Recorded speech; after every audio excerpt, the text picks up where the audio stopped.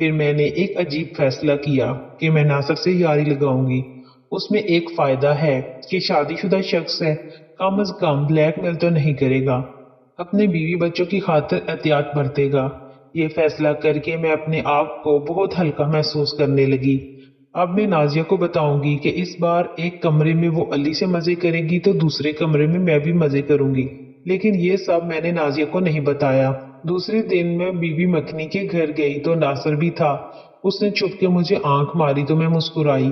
وہ بہت خوش ہوا اور سمجھا کہ لڑکی پھنس گئی۔ خیر امی ابو نے جمعرات کو ملتان جانے کا فیصلہ کیا۔ بدھ کے دن بی بی مکھنی اپنے گاؤں چلی گئی اپنے بچوں سمیت، اور میرے امی ابو اگلے صبح جانے کی تیاری کرنے لگے۔ شام کو میں بہت بے چین تھی، وقت نہیں کٹ رہا تھا۔ اپنے کمرے میں اور باتھ روم گئی اور فریش ہونے لگی۔ یہ سب کچھ کرنے کے بعد سوچا کہ یہ سب ہوگا کیسے۔ آخر میرے ذہن میں ایک پلان آیا۔ میں نیچے کچن میں گئی اور کھیر بنانے لگی۔ کھیر تھوڑی زیادہ رکھی تاکہ میں کل کھیر دینے کے بہانے جب ناصر کے گھر جاؤں گی تو وہ اکیلا ہوگا اور مجھ پر ضرور ٹرائی مارے گا۔ اگلے دن کے سہانے سپنے لیے میں سو گئی۔ دوسرے دن امی ابو سویرے چلے گئے اور نازیہ نے کالج کے بعد آنے کا کہا تھا۔ اب میں تیار ہونے لگی، کھلے گلے والی قمیض پہنی تاکہ میری خوبصورتی نظر آ سکے۔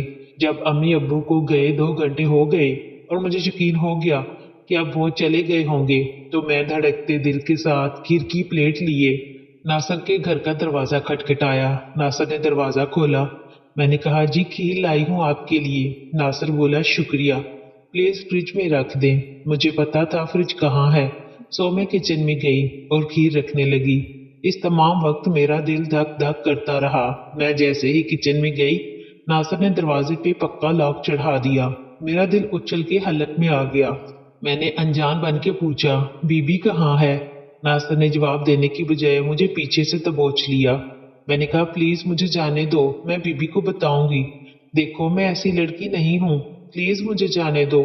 لیکن دل ہی دل میں خوش تھی کہ ناصر نے سب کچھ وہی کیا جو میں نے سوچا تھا۔ ناصر بولا دیکھو گھر میں کوئی نہیں ہے، لہٰذا شور سے کچھ نہیں بنے گا، ہاں کوئی آ گیا تو الٹا تمہاری بدنامی ہوگی۔ میں بولی پلیز مجھے جانے دو، مجھے ڈر لگ رہا ہے، پلیز کوئی دیکھ لے گا۔ ناصر کہنے لگا یہاں کوئی بھی نہیں ہے، گھبراؤ نہیں، کوئی نہیں دیکھے گا۔ یہ کہہ کر ناصر نے دھوتی کھول دی اور میرے جسم کو سہلانا شروع کر دیا۔ اس کے ایسا کرنے سے میں گہری سانسیں لینا شروع ہو گئی۔ میرا یہ حال دیکھ کر ناصر کا اور حوصلہ بڑھا۔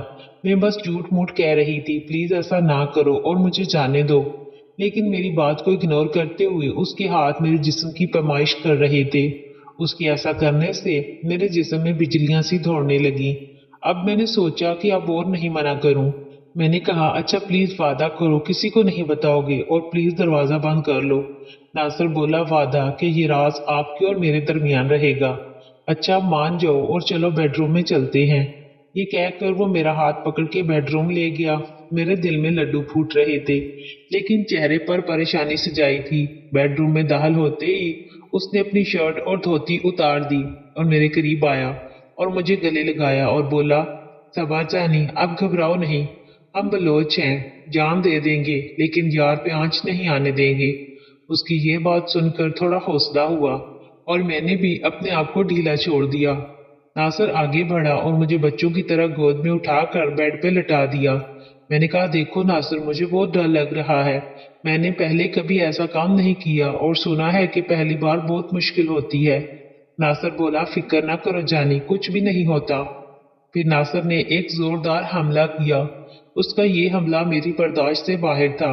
اس حملے سے میری آنکھوں کے سامنے اندھیرا چھانے لگا، درد سے میرے آنسو بہنے لگے۔ ناصر یہ دیکھ کر پریشان ہو گیا اور گھبرا کر میرے اوپر جھک گیا اور میرے آنسو بھری آنکھیں چومنے لگا اور بولا صبا مجھے پتا نہیں تھا کہ اتنا مشکل ہوگا، آپ کی آنکھوں میں آنسو دیکھ کر میرا دل کٹا جا رہا ہے۔